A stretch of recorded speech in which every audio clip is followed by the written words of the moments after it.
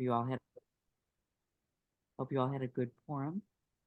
And I for those of you who didn't have a chance to see last week's class with Jack, it was some of us. I found it riveting, and I learned so much, and I'm very excited about this week. So Rabbi Shlachter, I'm going to turn this over to you. You can give a little highlight um, uh, about today, but also just share. I had asked Jack the question about sort of the evolution of life in Los Alamos after the war, and he gave me a little bit of history that I found very helpful. So uh, I'm turning this over to him, and thank you all again for being here. Thank you so much. I'm really flattered and honored to be here. And I see some people have come back even the second week, so that's a good sign. Glad to see you back, some familiar faces. So we just had the holiday of Purim, as the rabbi said, and here we are talking about Los Alamos again. In some sense, Los Alamos should be observing Purim today instead of yesterday because we're sort of a walled city, you might say. And the idea that Los Alamos is open to the public may not be known to everybody, but we do have a lot of tourists who have been coming to town post the release of the movie Oppenheimer. Before 1958, you could not get into town without some justification. And kids who were, I think, 12 years old and up, they had to have badges just like employees had badges in order to get into the town. It's no longer the case. You can now come into Los Alamos, but of course, there are parts of the laboratory that are closed off to people who don't have proper credentials for security. Los Alamos was set up specifically to design and build the first atomic weapons. And there was no town here before 1943. And at the end of the war, in a crash course of a few years, the bomb was designed and built and then tested in southern New Mexico and then deployed in August of 1945. And after the war, most of the scientists left to go back to their home institutions. They may have come as professors from academic institutions or, I think we listened to the story about Roy Glauber, who had to go back to get his undergraduate degree at school because he was recruited as an 18-year-old to work on the project. So people went back to their home places, but some scientists stayed. And really, Los Alamos was the first example of a national laboratory where people with multiple disciplines were brought together to work on a large-scale project. In my career, I had the opportunity once to work on a topic, and it at almost no notice, you could assemble experts in multiple fields to work on a challenging problem that required multiple disciplines. That you really can't do that at a university. Many universities have experts in a few different areas, but to span the space of, a large number of technical topics, it's not so easy to do without a national laboratory where people are all there working on their own thing, but also understand that they're there and can be assembled to work on large scale problems. And that's really what places like Los Alamos do well.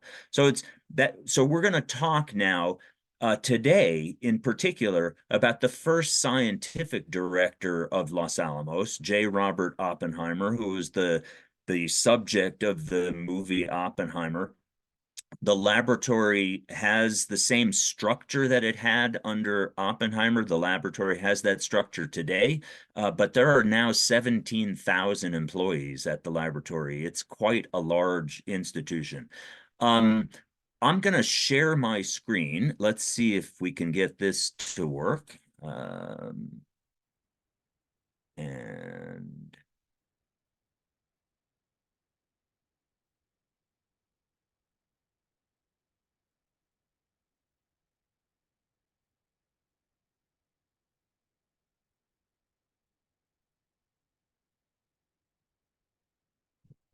just, Thank you, there Jack. we go. That's so cool. It even has Okay. our name on it.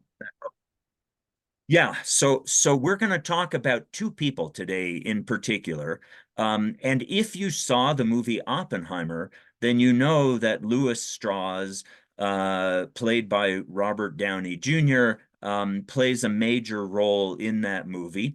And the relationship between Strauss and Oppenheimer is what I really want to focus on today. So those are our protagonists, and this is an outline of the talk. Um, I'm going to introduce you to the characters. And if you didn't see the movie, it's not a problem. We're going to learn something about these two individuals, Louis Strauss and J. Robert Oppenheimer. But it turns out that we're going to learn a lot about Judaism in general and in this country in particular, because Strauss and Oppenheimer clash. Their clash is at the heart of the movie, but their clash had multiple facets to it. And one of the axes on which they disagreed and where they were at maybe different extremes was their connection to Judaism. That's really what this talk is about. It's about how two individuals ended up in conflict, in part, and certainly not exclusively, but in part because they had very different connections to Judaism. And it turns out that Temple Emmanuel in New York plays a central role in that story. So we're going to learn something about Temple Emmanuel in New York. And as I say, we're going to look at the connection that both Oppenheimer and Strauss had to their Judaism.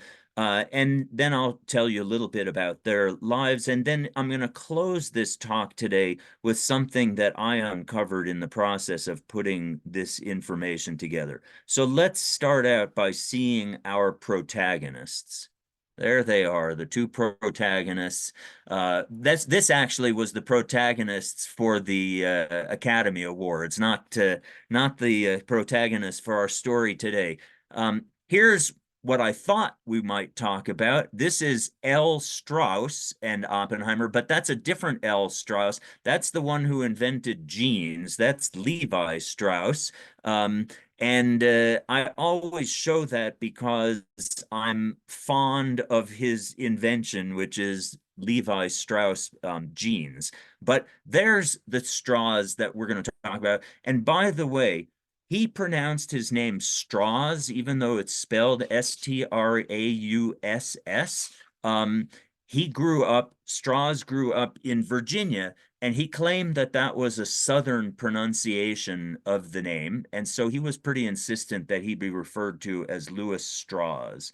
Um, so most people now have heard of Oppenheimer because he was the first director of the laboratory, first scientific director of Los Alamos National Laboratory. He was put in charge of the scientific project to develop the first atomic bombs. Most people had not heard of Louis Strauss before the movie was released. Um, Here in Los Alamos, I had heard his name mentioned before because Oppenheimer was treated as really like he could walk on water. He was a very much beloved leader of the laboratory, died in 1967. Certainly, I never met him and I never worked under him, but he uh, uh, the closest intersection to our house in Los Alamos is the corner of Oppenheimer Drive and Trinity Drive. Trinity is the name that Oppenheimer gave to the first atomic test, which was conducted in southern New Mexico just a few weeks before the bombs were deployed in Japan. So we live very close to Trinity and Oppenheimer. And Oppenheimer is kind of a household name in Los Alamos, but very much a respected figure. Louis Strauss, on the other hand, was very much viewed negatively in Los Alamos because he was responsible, according to tradition, if you will, for stripping Oppenheimer of his security clearance. And if you did see the movie, you know that that plays a major role in the movie. But who is this guy, Louis Strauss? Um, Not everybody knows, but both these individuals were Jewish, not just Oppenheimer, but Strauss. And Strauss actually very much identified with his Judaism, contrary to Oppenheimer. And it's my contention that one aspect that led to the conflict between these two individuals was the fact that they had so different connections to their Judaism. And I think that that was a source of tension. Um, the movie Oppenheimer was based on a book called American Prometheus. And that book was co-authored by Martin Sherwin and Kai Bird. Martin Sherwin unfortunately passed away a few years ago before the film was made, but it was clear as he was dying, he did get the information that that there was going to be a movie made of the book. So he at least had that knowledge before he passed away. Kai Bird, however, is still alive. And he's been out on the lecture circuit quite a bit because of the popularity of the movie. Kai Bird came to Los Alamos and was at a 2 hour panel discussion that I attended with the lab director, the current lab director, the lab historian, a few other scientists, and Kai Bird were part of a 2 hour panel discussion last year. And I attended that panel discussion. It was quite interesting. It was great to hear from the co-author of American Prometheus, but I noticed that in 2 hours, the word Jewish or Judaism or Jew was never mentioned at all in the course of 2 hours. And I thought that that was maybe an unfair omission because I think that this business about the tension between Oppenheimer and Strauss, one dimension of that was their Judaism. Because they had such different connections to it. Now, I've put these pictures on the slide, at least on my screen. I don't know if it's mirrored for you, but I very deliberately put Oppenheimer on the left and Strauss on the right because a much more important clash between the two was their political leanings, and Oppenheimer very much leaned left and Strauss very much leaned right. That was another source of their dispute, if you will.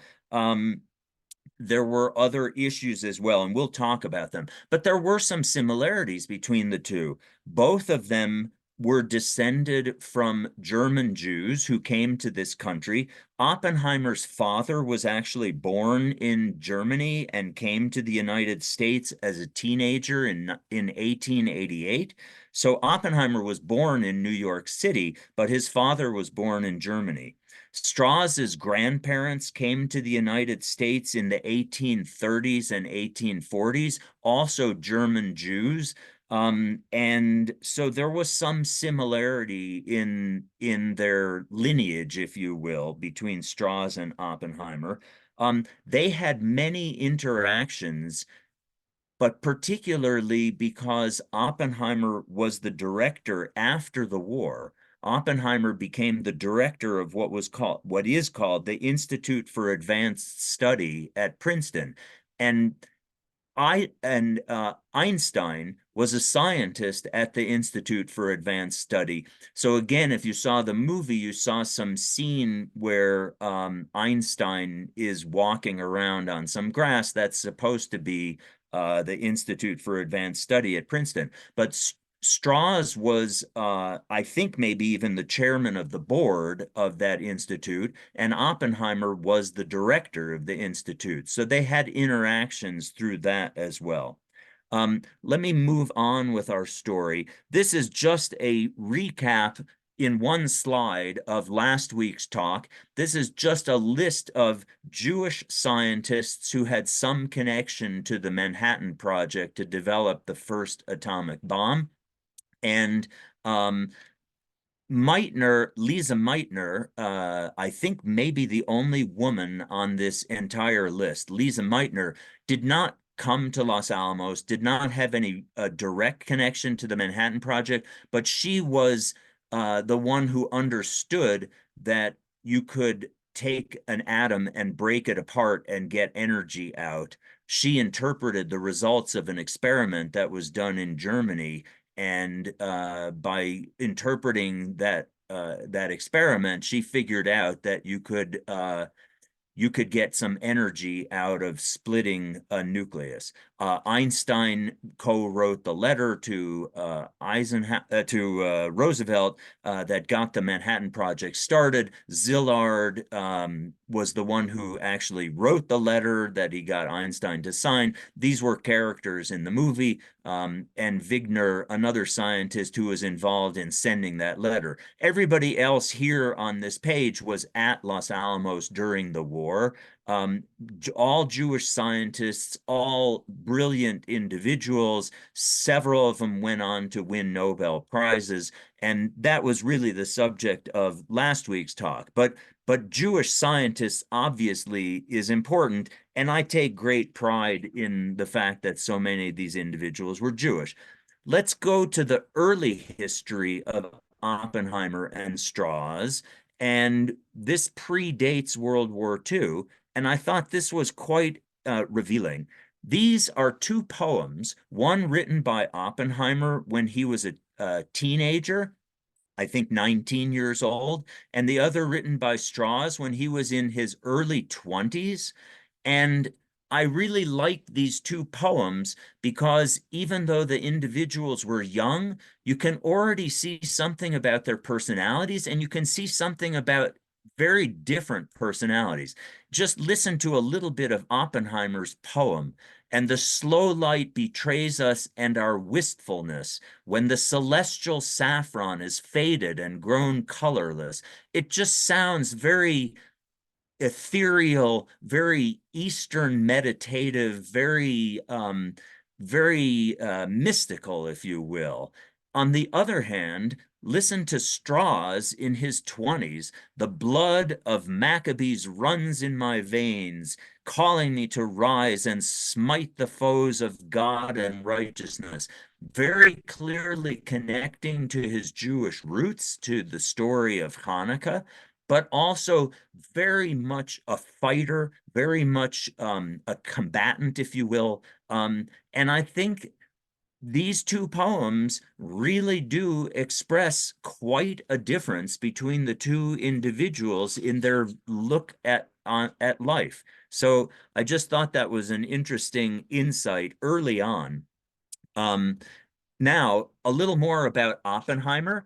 Oppenheimer is always depicted with this hat.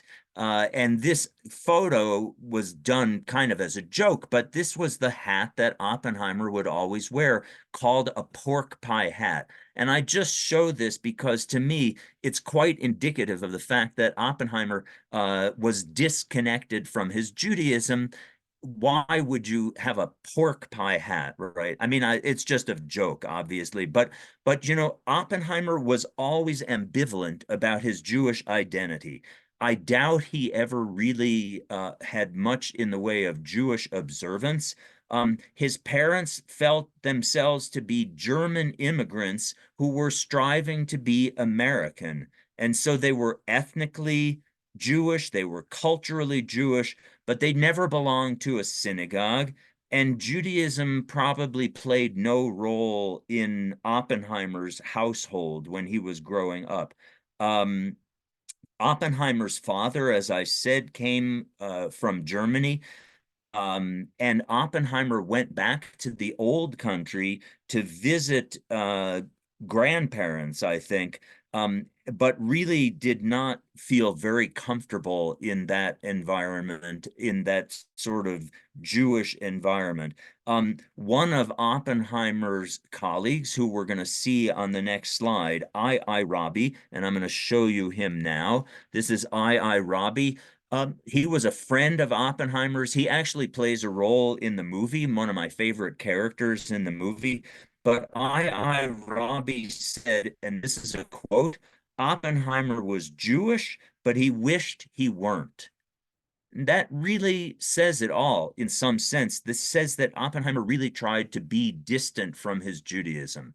Let me just tell you a little bit about Rabbi because he's such an interesting character. Rabbi won the Nobel Prize in Physics in 1944. And even though he didn't work at Los Alamos during the war, he did come and serve as a consultant during the war.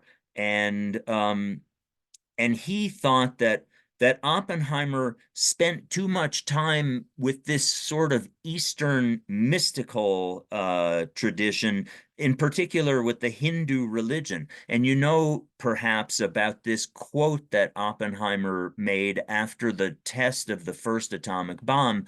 He quoted from the Bhagavad Gita. And Rabbi said that Oppenheimer would have been much better off if he had studied the Talmud instead of the Bhagavad Gita. Rabbi was actually brought up in a very observant household.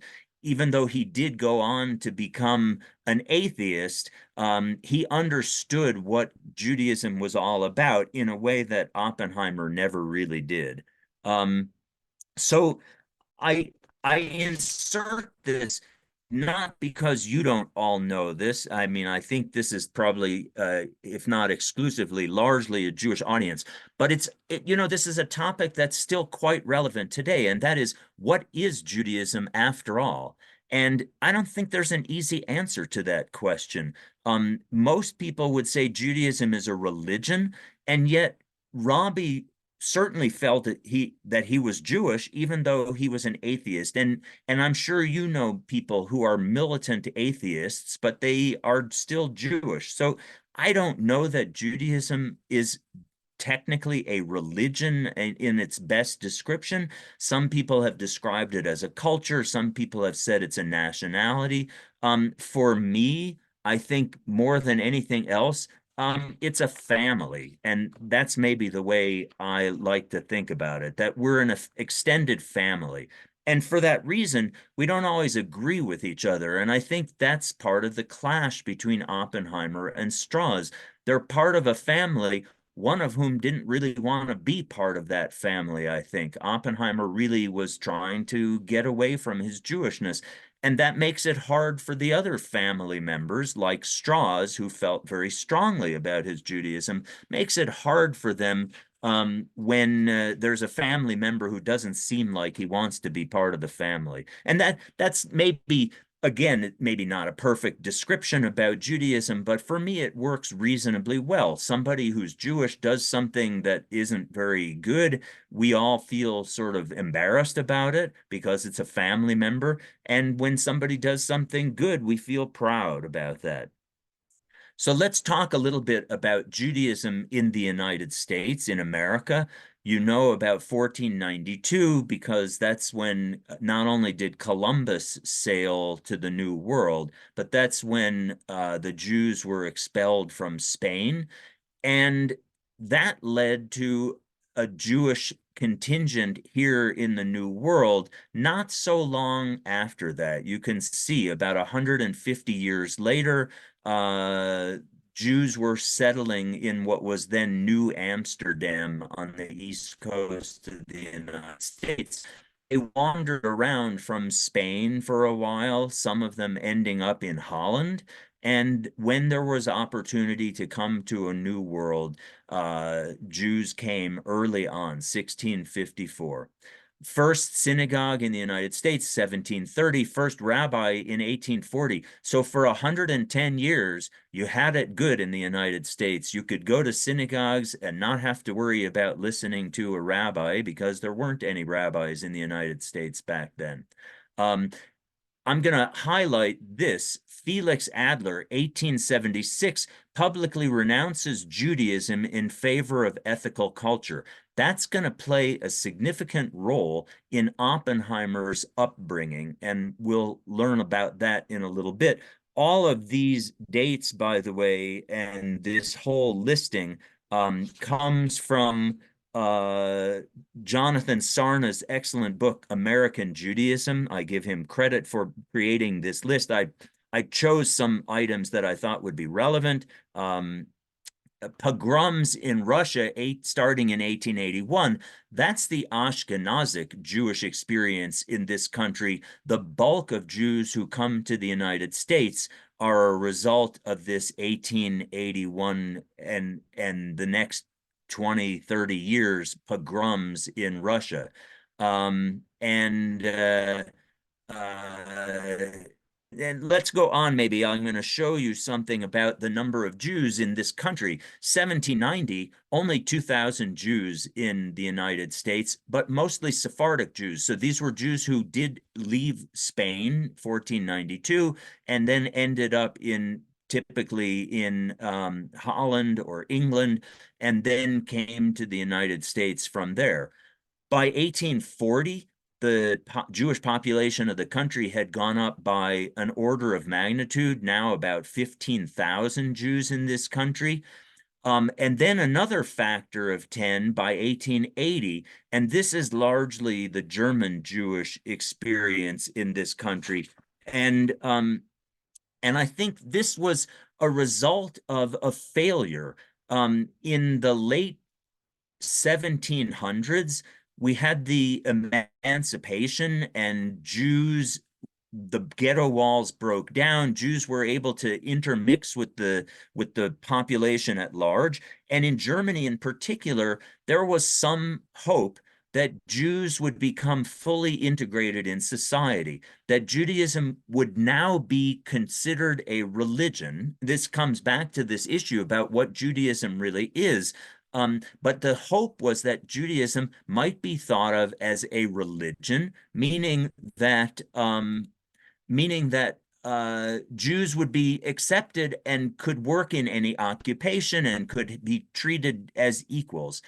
That didn't work so well in Germany, despite the emancipation. And so many German Jews came to the United States as another way to become fully integrated in an open society. And so that's the origin of the background of both Oppenheimer and Strauss. It was that emigration of German Jews who were somewhat disillusioned by their inability to fit into society in the mid 1800s in Germany.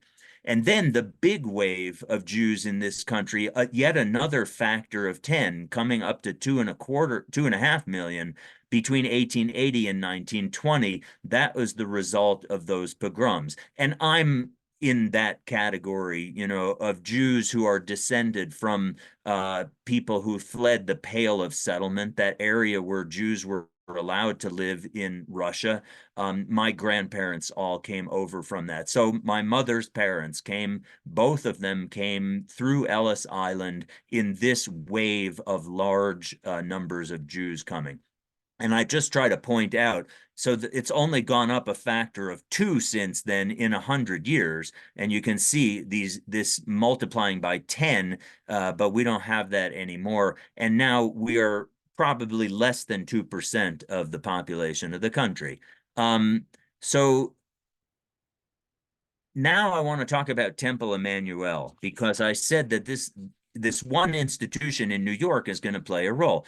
In the upper quadrant here, or upper corner of the slide, this was the first instantiation of Temple Emmanuel. It was on the Lower East Side in a small second floor room of a loft building. That was established in 1845 by 33 Jews. But by 1868, with that wave of German Jews coming to this country and becoming more affluent, the German Jewish immigrants had amassed some wealth and were able to build the structure in the lower left, this sort of Moorish design at Fifth Avenue and East 43rd Street in New York. And then in 1927, they built the building here, which is the current home of Temple Emmanuel at Fifth Avenue and 65th Street on the Upper East Side of Manhattan. And at the time that this was built, it was the largest synagogue in the world. And it had a sanctuary that seats more people than St. Patrick's Cathedral, and it was making a very bold statement that persecution and fear were left behind, and the Jews of New York City were part of mainstream American life. That was very important. This individual, Felix Adler, plays an important role in Oppenheimer's story. The first rabbi of Temple Emmanuel was an individual named Rabbi Samuel Adler. He was brought over from Germany in 1857. He came over with his family. Felix, his son, was only 6 years old at the time. And Samuel Adler came over to be the rabbi of Temple Emmanuel, 1857.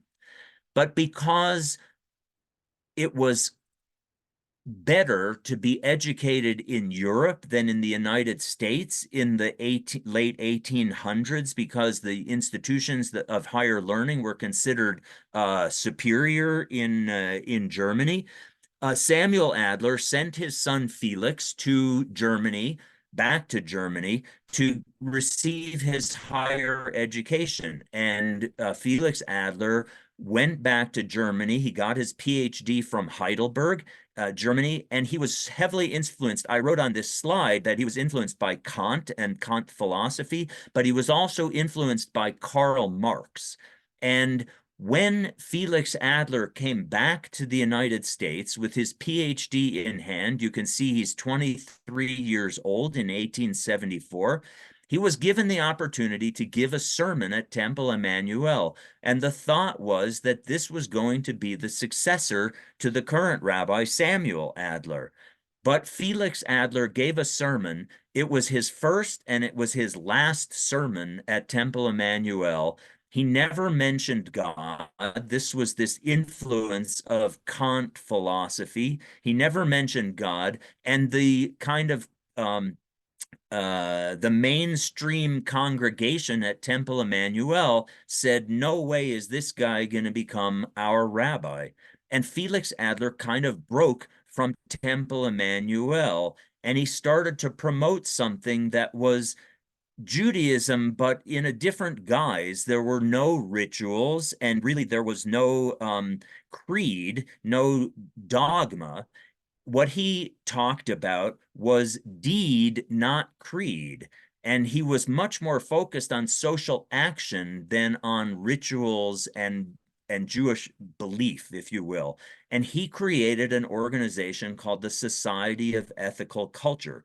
Now, this organization was really it was Felix Adler's attempt to show that you could be a good Jew and a good American.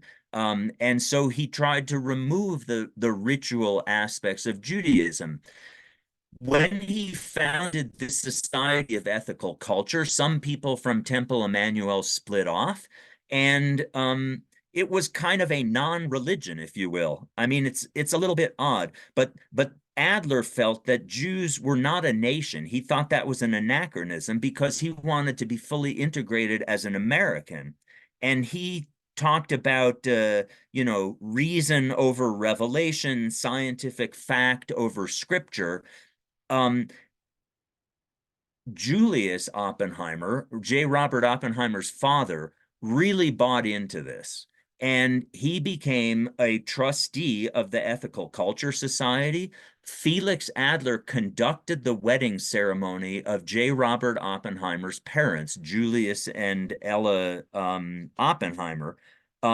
He conducted the wedding ceremony, and the Ethical Culture Society spawned an ethical culture school. And that's where Oppenheimer was educated. So now you can start to see something about Oppenheimer's distance from Jewish religion, if you will, because he grew up, J. Robert Oppenheimer grew up in the ethical culture school, which was this offshoot from Temple Emmanuel. So I'm amazed that I could fill a slide with anything about Oppenheimer's connection to Judaism because really there isn't much.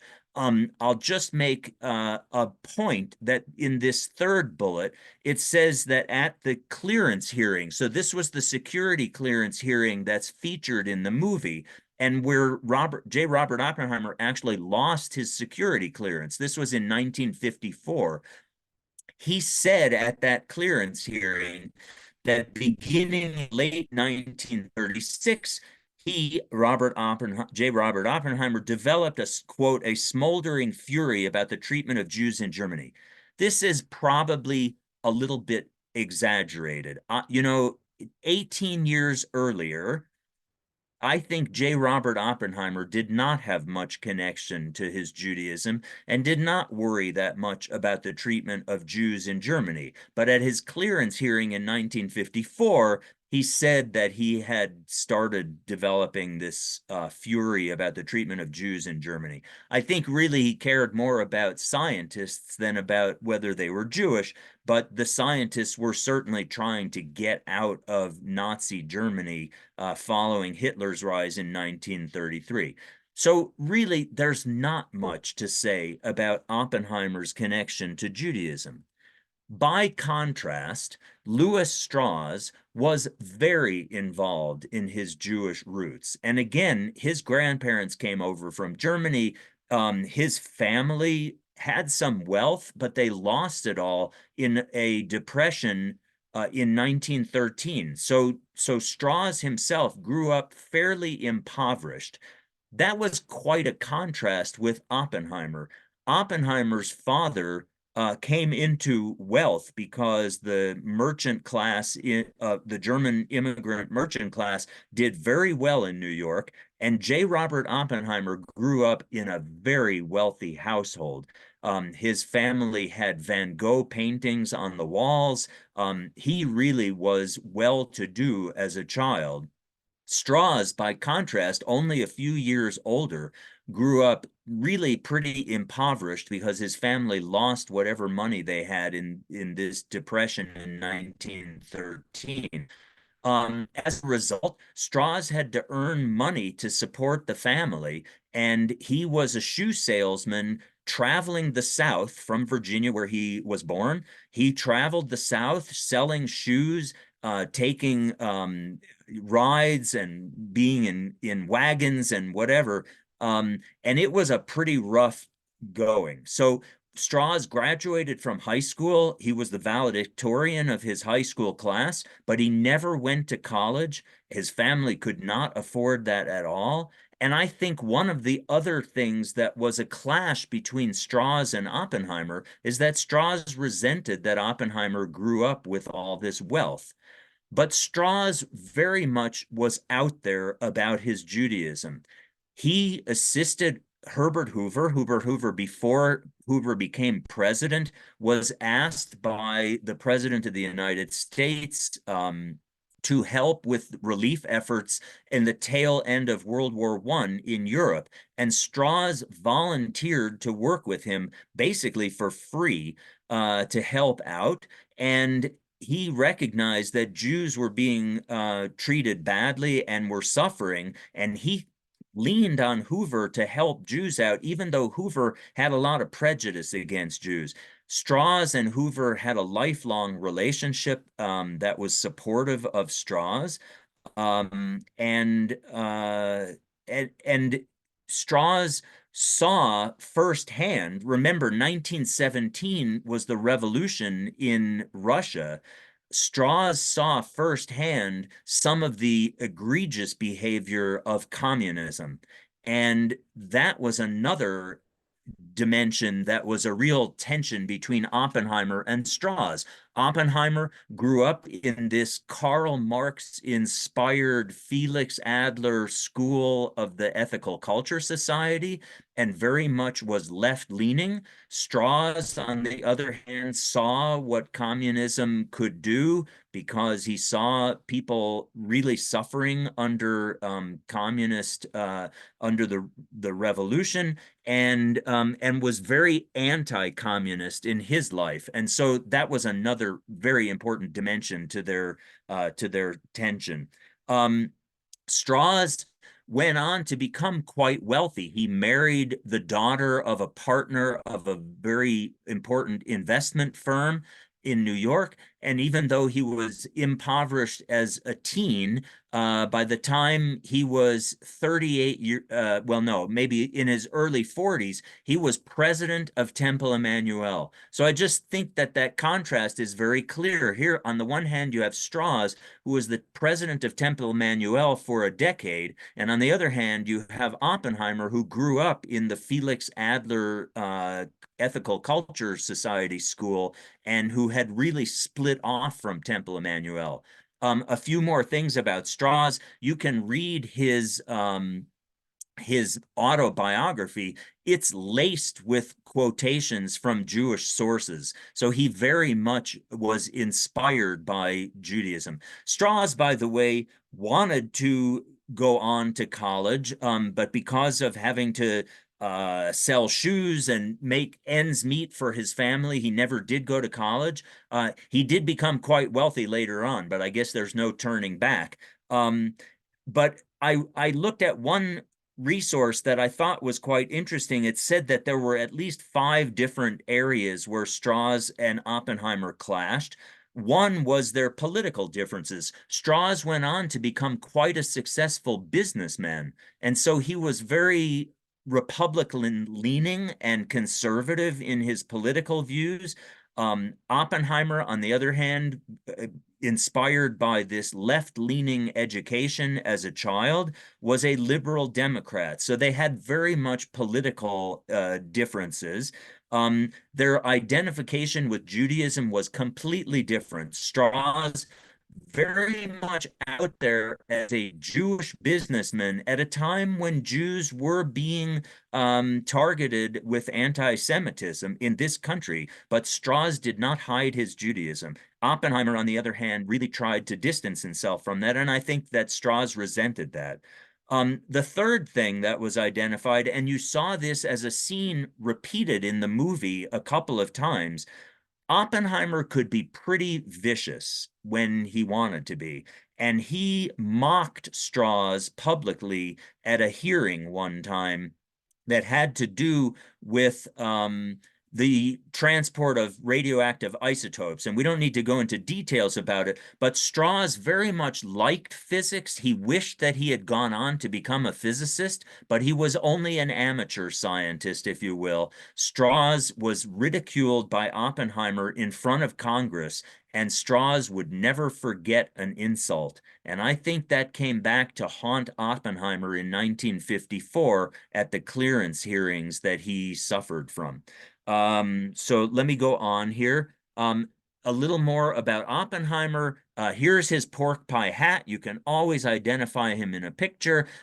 Rags to riches for his father, but J. Robert Oppenheimer grew up surrounded by fine art and culture, and his family was pretty non-observant. They sided with this group that went off splitting from Temple Emmanuel in the Ethical Culture Society school.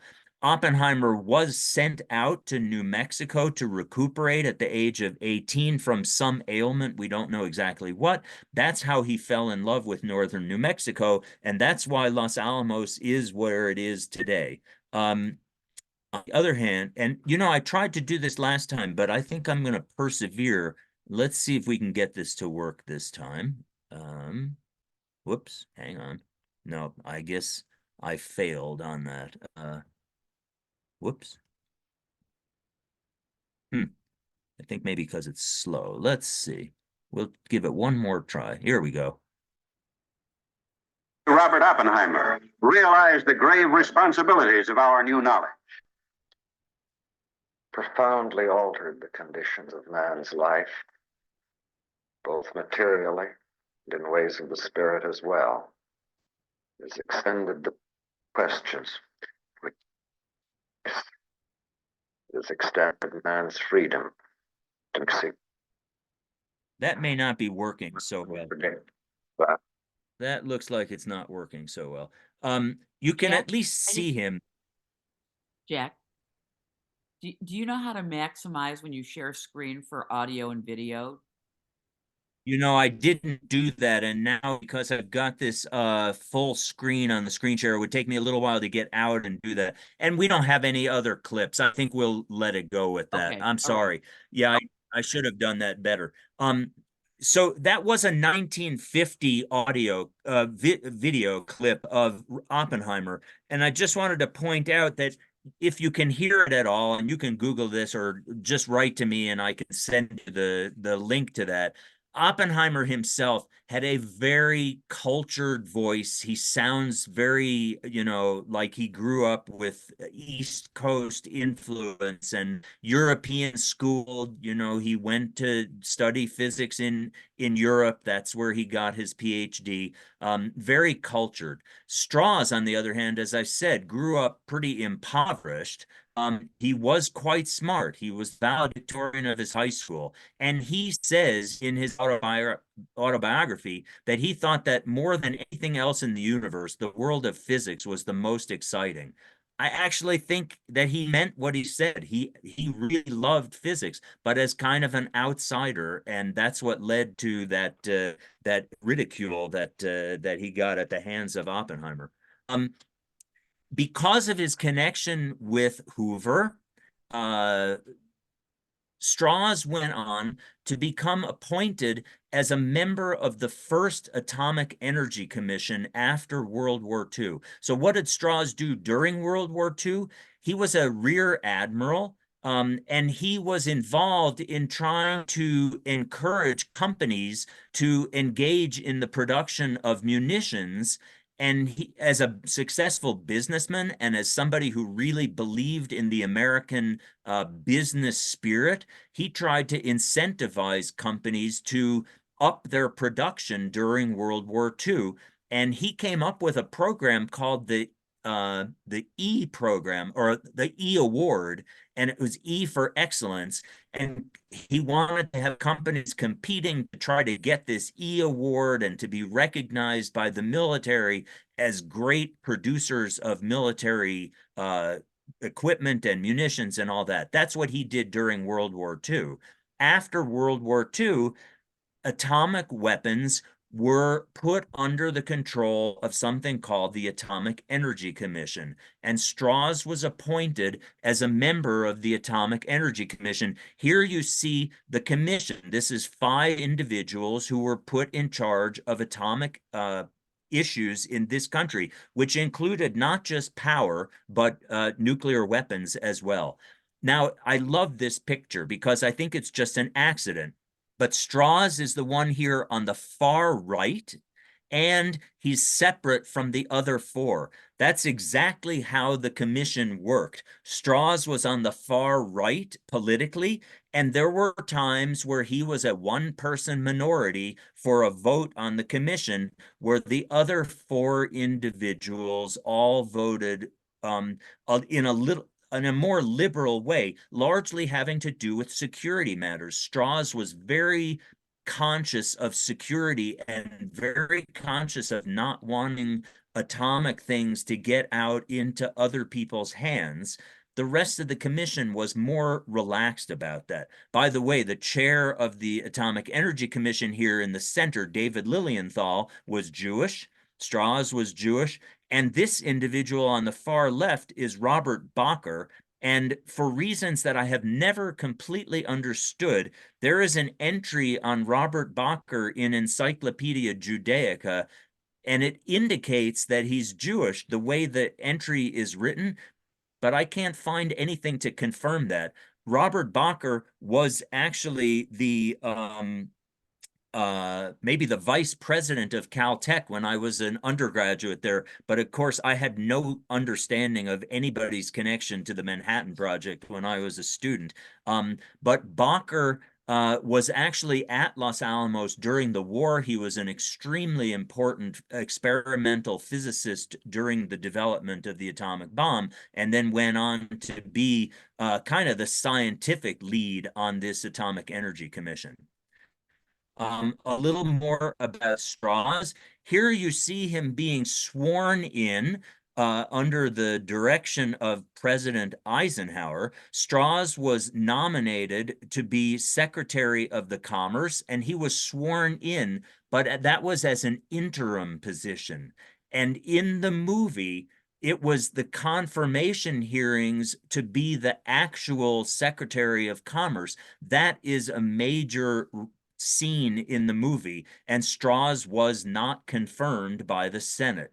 Now, the movie makes it seem like the reason that Strauss was not confirmed was because he had clashed with Oppenheimer, and this was payback from the 1954 security clearance hearings of Oppenheimer that Strauss kind of masterminded, and that led to Oppenheimer's downfall. 5 years later, in 1959, the U.S. Senate chose not to confirm Strauss as Secretary of Commerce. And that was a real embarrassment for Strauss, and he never really recovered from that. But I think the movie is exaggerating. I don't think that was the real main reason that Strauss didn't get confirmed. Remember that the Senate is Democrat, the president is Republican, and there are other issues that the Senate and the president are clashing. It's not because Oppenheimer lost his security clearance 5 years earlier. I think that was a factor, but it probably wasn't the most important factor. In my take on this, the most important factor was that the government was trying to control atomic energy, and Strauss was a businessman, Republican, free market person who thought that companies should be able to develop atomic energy. And I think that that's really why the Senate ended up not confirming Strauss. We had an audio clip, but I'm going to let that go. And I'm just going to close by showing you how Time magazine can serve as an indication of the tragedy of both of these individuals. I think that's why the movie was so compelling, because you had two individuals who rocketed to the top of their field and had their pictures on the cover of Time magazine when they were at the peak. And here's the September 21st issue, 1953 of Time magazine. And the caption here says, U.S. atom boss Louis Strauss, the bomb race runs on Moscow time. So here, what happened was Strauss was a member of the Atomic Energy Commission, and then in 1953, under a Republican president, Strauss was asked to be the chair of the Atomic Energy Commission, and he became the chair, and this is the cover of Time magazine showing Strauss as the chair of the Atomic Energy Commission, and that was him at his peak. Here in 1959, June 15th, 1959, he's again on the cover of Time magazine, but this time it says the Strauss affair, Senate versus President, and this was where Strauss failed to get confirmed by the Democratic Senate and was kind of a pawn in a battle between the Senate and the president, and he lost. And he did not get confirmed. And that was very rare. It was very rare for somebody not to get confirmed by the Senate. But that's what happened to Strauss. Similarly, here's the cover of Time magazine, November 8th, 1948. And the caption here is a wonderful caption about Oppenheimer. He said, "What we don't understand, we explain to each other." I thought that's just so cute to say, what we don't understand, we explain to each other. But he really was the most famous scientist, certainly in the country, maybe in the world. November 8th, 1948, everybody looked to Oppenheimer for wisdom on atomic matters. And you can see he's got equations in the background. He looks pretty thoughtful and you know, but also somewhat youthful. Now, in 1954, 6 years later, he's again on the cover of Time magazine. Look how haggard he looks in this picture. He really suffered by losing his security clearance in 1954. And the caption for this one says, "Beyond loyalty, the harsh requirements of security." And remember, this is the time of the McCarthy hearings. This is a time when there's a lot of hostility towards communism, and Oppenheimer kind of got caught up in that. And he lost his security clearance. He never really recovered from that. He lived for another 13 years or so, but he really never recovered from that. And it's a tragedy for both of these individuals. Like I said, Judaism is one dimension to the clash between these individuals. It's not the only dimension. It's probably not even the most important dimension. But I wanted to uncover what I thought was a dimension that people might have otherwise ignored. And I think the movie maybe didn't express this that clearly either. I'm going to close by telling you how I got interested in this topic in the first place. And this is something I found at the synagogue in Los Alamos. I was hunting for something completely different, but I came across a letter that was written in March of 1974, signed by the president of the Los Alamos Jewish Center to the family of Admiral Louis L. Strauss, who had just passed away about a month and a half earlier. And the letter says, "The Los Alamos Jewish Center was deeply saddened to hear of the recent passing of Admiral Strauss. In appreciation for his early and enthusiastic support of our group, we are dedicating a series of books in the center library to his memory. We hope these books will serve as a fitting memorial to a great friend of our community." I stumbled across this letter and I thought, you're kidding. Admiral Louis Strauss, the guy who brought Oppenheimer down, who caused him to lose his security clearance, and the Jewish Center in Los Alamos is saying what a great guy he is? What is this all about? Well, I can tell you what the story is. When the synagogue was being built, and the building was built in 1961, so when the Jewish Center was established in Los Alamos and people were trying to put funds together to build a building, they went to the most wealthy, famous synagogue in the country to get a loan. They went to Temple Emmanuel, and they tried to get the loan.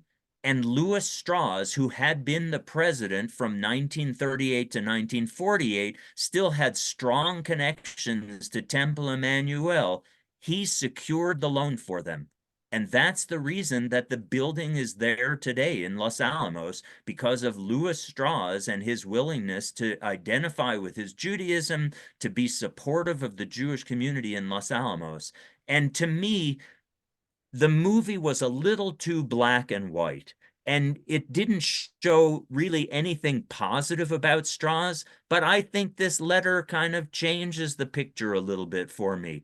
So as I close here, I would say that there was a clash between these two individuals, but I hope you see it as maybe not as black and white as you might have thought before. There's a little bit of nuance to their relationship, and maybe the clash at a bigger level is a clash between ethical humanism on the one side and ethical monotheism on the other side. And so I deliberately pushed their pictures a little bit closer to the center for this, to say that wasn't really their fault, and they were kind of caught up in things that were going on maybe even beyond their sphere, but neither one was perfect and neither one was totally bad. or totally good for that matter. So if I was successful with this talk and I've given you some insight into nuance in their relationship, I'll just close by saying maybe the rehabilitation of Edward Teller could possibly be next. And I thank you for your attention. And again, I show you some acknowledgments and references. And this one, you know, I had to do a little work to find the autobiography of Louis Strauss and some things about Strauss. The first thing on the list is American Prometheus, which is the book that led to the movie, and a few other things that might be of interest. I think this biography by Ray Monk is an excellent biography about Oppenheimer, and I even read through Felix Adler's stuff on Creed and Deed. So I hope that that was interesting to you and maybe gives you a little more insight into what Judaism was doing as played out by two important individuals in this country. Thank you. Well, first of all, you're welcome. This was another great talk. I do want to leave room for questions, but it really does remind me, you know, recently I've been involved in mounting a production of Stars of David, which is a musical review based on the 60 interviews that Abigail Pogrebin had done with leading Jewish figures that were prominent. The book came out in 2007, so she was probably conducting these interviews, let's say from 2000 to 2006. You know, if these guys had been alive, they would have been absolutely featured in her book. And her big question to, you know, judges and business leaders and whatever was, how did your Jewishness shape who you are today? And many of them said, like, it didn't, or I spent my whole life rejecting my Jewish life or whatever. So interesting. But I do want to just leave a little bit of space for people to ask Jack a few questions. And Rhea has the first question. First of all, this is terrific. And the bibliography that you put up, the last one, if we could have that sent to us so we then can reference these readings. And the McCarthy hearings and the whole, because I was a college student, I was a high school student during this, and I thought it did, it divided the Jewish community in this country. So you had those who were virulent anti-communists, and you had the McCarthy hearings, which had tinges of, maybe not even just tints of anti-Jewish, anti-Semitic stuff. And so then we had the Jews that had been attracted to communism and socialism, who some of them had belonged to the party, some of them fellow travelers. So it created the schism within the Jewish community. So how much of an influence did that have between that people like Strauss and Oppenheimer? They sort of represented that in a way. I think you're spot on, Rhea. I think that was a very, very important dimension to this.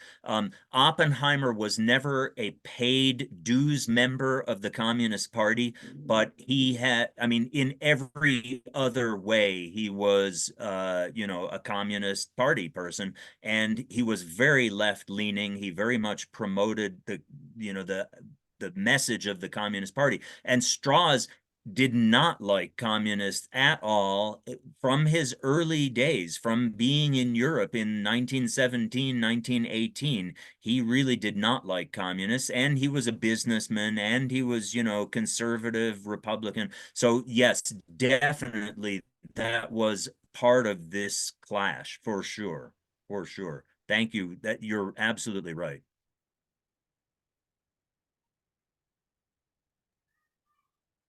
Sylvia, I think you have your hand up. I do. Thank you so much.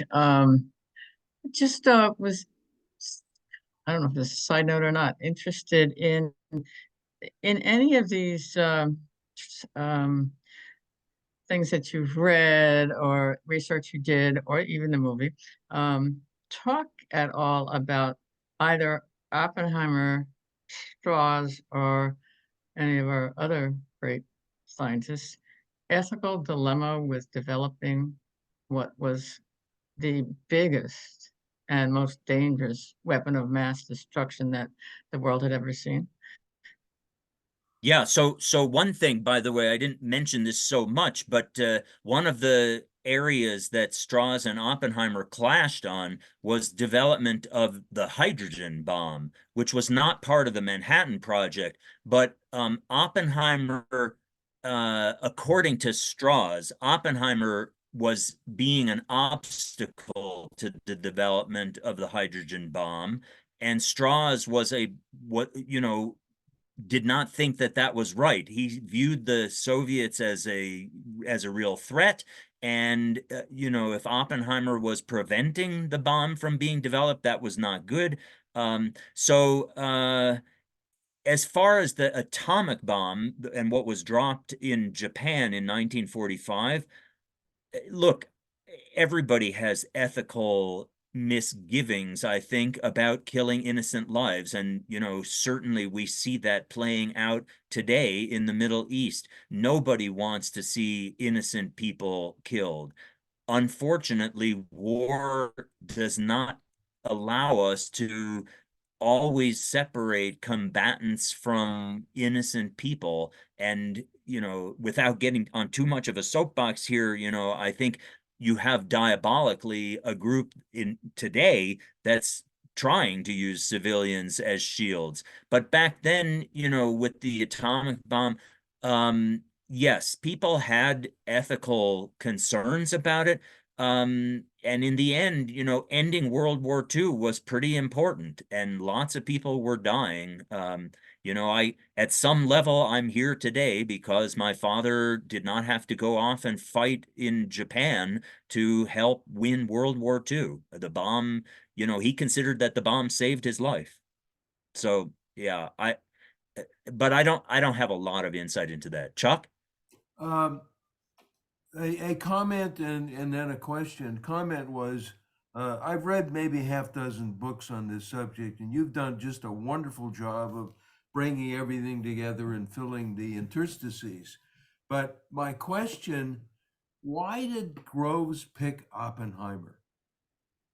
That's a wonderful. I have Groves memoirs. I'm going to read them again. I read them 30 years ago. I'm going to read them again. But that's a question that the movie didn't answer. No, and I have maybe just a little bit of insight into that from what I've looked at. Number one, there was an individual that I mentioned last time, Hans Bethe, whom I know you know by name. Hans Bethe went on to win the Nobel Prize in Physics in 1967, a real brilliant physicist. And Hans Bethe was at Los Alamos during the war. He headed one of the 4 divisions. He was the head of theoretical division. Oppenheimer put him in charge of theoretical division. However, what I had read was that Bethe himself may well have been the more logical choice as the scientific director of the laboratory, but Bethe was born in an Axis country, and Groves said, no way am I going to put the scientific project in the hands of somebody who came from Germany.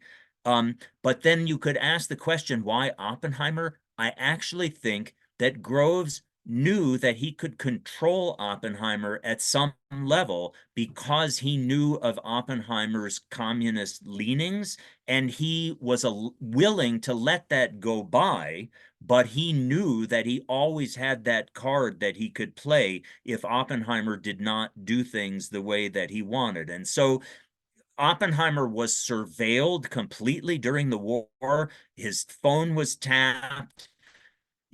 Groves knew everything that was going on, and he could do that with Oppenheimer, and he might not have been able to get away with that with somebody else. So it was a kind of a strange relationship, but I think that was an element of it too. Groves took a tremendous risk with Oppenheimer. Oppenheimer had only led a team of graduate students before, and by the end of the war, he's leading a project where there are, 5,000 employees at Los Alamos. You never would have guessed that Oppenheimer would be a natural leader, but he was a great scientific leader. He cared about the people. He knew what was going on. In a way, Rabbi, Rabbi was it Rabbi? No, maybe it was Murray Gell-Mann said that Oppenheimer could not, he said that he didn't have Sitzfleisch. He couldn't sit still and stay focused on any particular problem long enough to carry it to Nobel Prize level. But Exactly. for leading a scientific project, maybe that was exactly what you wanted. Oppenheimer knew everything that was going on at Los Alamos, but he didn't have to know every detail. He just knew enough that he could put everything together. And one of the things that Oppenheimer and Groves really didn't agree on, Groves wanted everything compartmentalized. He wanted people to only know what they were doing and not what somebody else was doing. And Oppenheimer said, science doesn't work that way. People need to be able to talk to each other. That culture won the day. Somehow Groves was smart enough to realize that the project would not be successful unless Oppenheimer had his way on that. But more importantly, the laboratory continued with that philosophy to this day. And that's the reason why I could pick up the phone and call anybody at the laboratory and say, I'm trying to work on such and such, and I need somebody with this expertise. Can you help me? And people really cross those boundaries at a national laboratory, and at Los Alamos in particular, because of Oppenheimer's understanding of how science works. So Groves, I think it was fortuitous in some ways that he picked Oppenheimer, but it was a great choice. It really was a great choice. I just want to say on that note, um, first of all, I'm happy to leave the room open. First of all, I'm just going to say thank you, everybody who's watching this on Facebook. I'm going to stop Facebook right now. Okay. And I'm going to stop the recording.